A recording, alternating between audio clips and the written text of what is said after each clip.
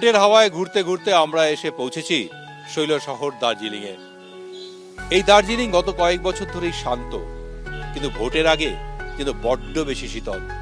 কি ভাবছে এই শৈল শহর ভোট নিয়ে, আগামী ভবিষ্যৎ নিয়ে, তারই সুরুক সন্ধান নিতে এখন আমরা এই পাহাড়ে।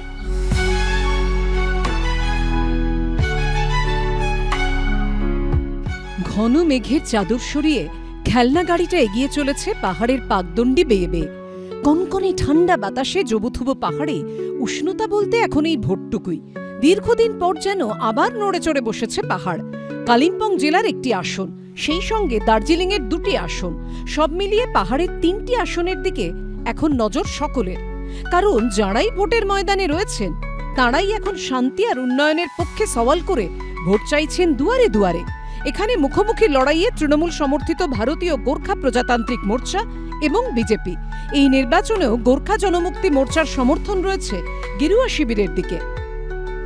अभी बीजेपी कैसे अपना जगह बना लिया? विकसित भारत है, विकसित भारत को कॉन्सेप्ट को जो लेके काम कर रहे हैं। डेवलपमेंट तो हो रहा है नॉर्थ बंगाल का, जिस तरीके से जिस फास्टेस्ट डेवलपमेंट हो रहा है नॉर्थ बंगाल का, और दार्जिलिंग में हम भी चाहते हैं वही। नीचे नॉर्थ बंगाल में बहुत हो रहा है, लेकिन दार्जिलिंग में ये राजनीति के कारण से ना बहुत पिछड़ गया है। तो अभी दार्जिलिंग के लोग भी ये चाह रहे हैं कि जिस तरीके से बिहार बदल रहा है, जिस तरीके से यूपी बदल रहा है, जिस तरीके से और दूसरे राज्य बदल रहा है, नॉर्थ बंगाल बदल रहा है, तो दार्जिलिंग के लोग भी यही चाह रहे हैं कि उसी रफ्तार से दार्जिलिंग के लोग भी बदले। ঘিসিংয়ের বিচ্ছিন্নতাবাদী আন্দোলন ঘিরে পাহাড়ে প্রথম শুরু হয়েছিল জ্বালাও পোড়াও রাজনীতি। 80-র দশকের সেই আন্দোলনের ধাক্কায় প্রথমে বিপর্যস্ত হয়ে পড়ে পর্যটন। পাহাড়ে হারিয়ে যায় শিক্ষার গরিমা, মুখ থুবড়ে পড়ে দেশজোড়া বিখ্যাত শিক্ষা প্রতিষ্ঠানগুলি।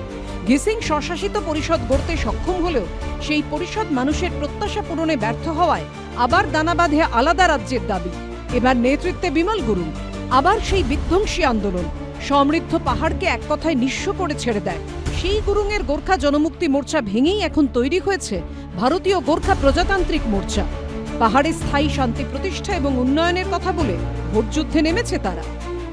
অনিক থাপার নেতৃত্বে গোর্খা প্রজাতান্ত্রিক মোর্চার বক্তব্য একটাই, সেটা হচ্ছে বিধ্বংসী আন্দোলন করে পাহাড়ের ক্ষতি নয়, শান্তি বজায় রেখে উন্নয়নের পথে হাঁটবে তাদের দল, এবং সেই দাবি নিয়ে তারা পৌঁছতে চাইছেন বিধানসভায়। দার্জিলিং, কার্শিয়াং, কালিম্পং 3 জায়গায় প্রার্থী দিয়েছে ভারতীয় গোর্খা প্রজাতান্ত্রিক মোর্চা, যাকে সমর্থন করেছে তৃণমূল কংগ্রেস। বিমল গুরুংও পর্ষদ গঠন করেছিলেন, কিন্তু রাজ্যের সঙ্গে সংঘাতের জেরে আক্ষরিক অর্থেই কোণঠাসা হয়ে পড়েন গুরুং।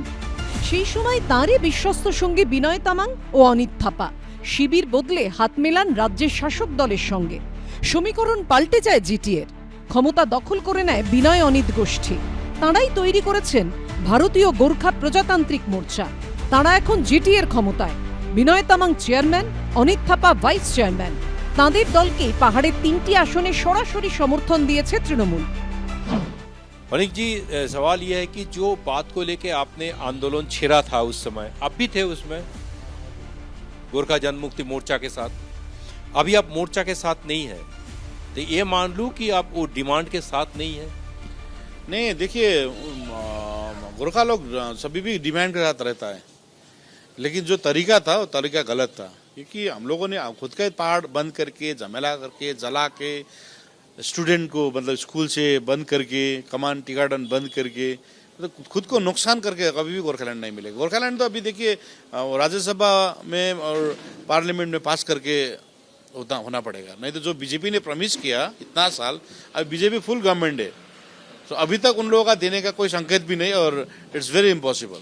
हम लोगों ने सपना किसने दिखाया? खुद देखा। अभी तक मैंने तो प्राइम मिनिस्टर और होम मिनिस्टर ने गोरखा लोगों को गोरखालैंड दूंगा बोल के ऑन रिकॉर्ड कहीं नहीं देखा। सो हम लोगों ने उल्लू बनाया खुद को। सो अभी हम लोग स्टेट से मिलकर हम लोग डेवलपमेंट में काम कर रहा है। आप चाहते क्या, अलग सा स्टेट या ग्रेटर ऑटोनॉमी? हम डेवलपमेंट चाहता है, पीस एंड डेवलपमेंट। পাহাড়ের 3টি আসন, একটি কালিম্পং জেলার আর 2টি দার্জিলিং জেলার। সেই সঙ্গে দার্জিলিং জেলার অন্তর্গত সমতলের 3টি আসন, ফাঁসি দেওয়া, মাটিগাড়া, নকশালবাড়ি এবং শিলিগুড়ি। 2021-এর বিধানসভা নির্বাচনে 2 জেলা মিলিয়ে মোট 6টি আসনের মধ্যে 5টিতেই জয়ী হয়েছিল বিজেপি। সেবার কালিম্পং আসনে জিতেছিলেন নির্দল প্রার্থী রুদেন লেপচা। দার্জিলিংয়ের 5টি আসনেই একচেটিয়া জয়ের ধ্বজা উড়িয়েছে গেরুয়া শিবির। তাদের সেই একচ্ছত্র দাপট অব্যাহত ছিল 2024-এর লোকসভা ভোটেও। 6টি কেন্দ্রেই তৃণমূলকে পেছনে ফেলে দিয়েছিল বিজেপি। এই কোণঠাসা পরিস্থিতির মধ্যে দাঁড়িয়েই এখানে লড়াই করতে হচ্ছে তৃণমূলকে। দুটো রাজনৈতিক দল তারা যদি নীতিগত অবস্থান থেকে নির্বাচনটা করে ভালো, কিন্তু নীতিগত অবস্থানের বাইরে গিয়েও তারা অনেক রকম অনৈতিক কাজকর্ম, বিশেষ করে ভারতীয় জনতা পার্টি, তাদের মধ্যে সেই প্রবণতা প্রবলভাবে দেখা যাচ্ছে। আমি আশা করব যে কর্মসূচি, ইডিওলজি এবং একটা পলিসি বেসড নির্বাচন হওয়া উচিত। গত বিধানসভা ভোটে ডাবগ্রাম ফুলবাড়ি কেন্দ্রে পরাজিত হয়ে এবার এই আসন বদলে শিলিগুড়ি বিধানসভা কেন্দ্রে প্রার্থী হয়েছেন গৌতম। এই কেন্দ্রে 21-এর নির্বাচনে তৃণমূল প্রার্থী ওমপ্রকাশ মিশ্রকে হারিয়ে বিধায়ক হন বিজেপির শঙ্কর ঘোষ। এবার নিজের জেতা কেন্দ্রেই প্রার্থী হয়েছে শঙ্কর। 26-এ কে জিতবে? বিজেপি। আবার বিজেপি?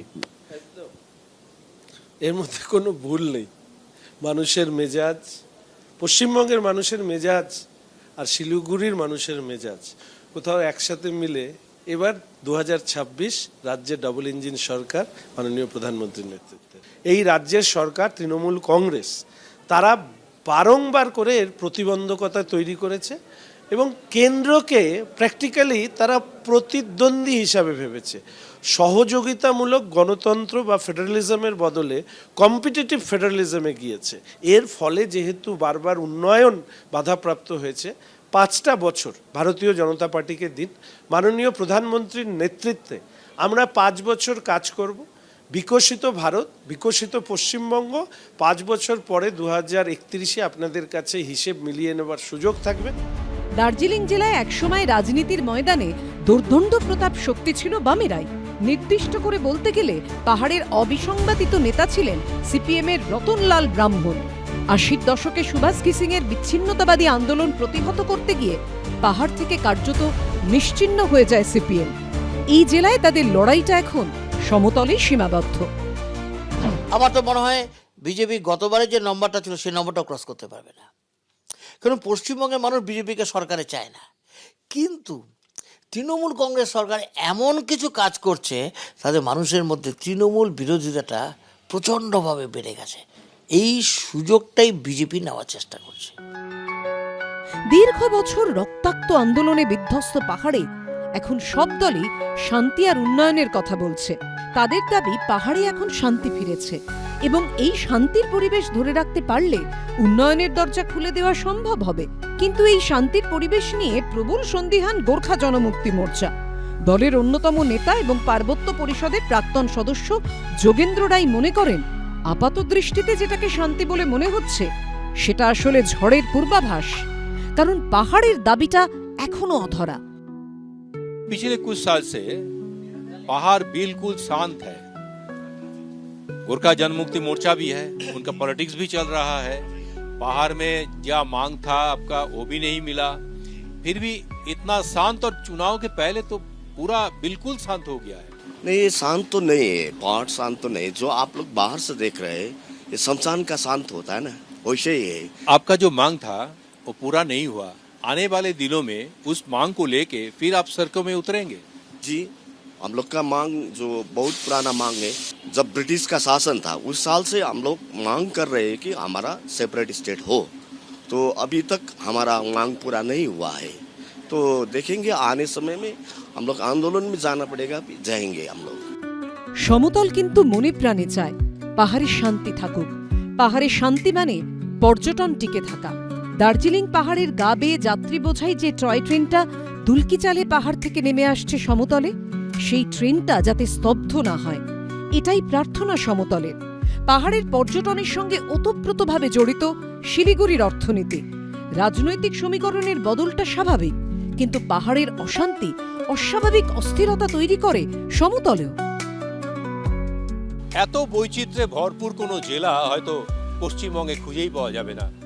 পাহাড় থেকে সমতল, ভাষা কিংবা সংস্কৃতি, পোশাক কিংবা খাদ্যাভ্যাস, অথচ অভিন্ন একই জায়গায় রাজনীতি। এখানে বারবার বদলেছে রাজনৈতিক সমীকরণ, বারবার বদলেছে বিজয়ের মুখ, বারবার বদলেছে জেলার রাজনৈতিক মেজাজ। এবার কি হবে? এবার সেই প্রশ্ন পেছনে ফেলে রেখেই আমরা রওনা হলাম আরও একটি জেলার উদ্দেশ্যে। ক্যামেরায় উজ্জ্বল ঘোষের সঙ্গে দার্জিলিং থেকে দীপক ঘোষ, এবিপি আনন্দ। এবিপি আনন্দ, এগিয়ে থাকে, এগিয়ে রাখে।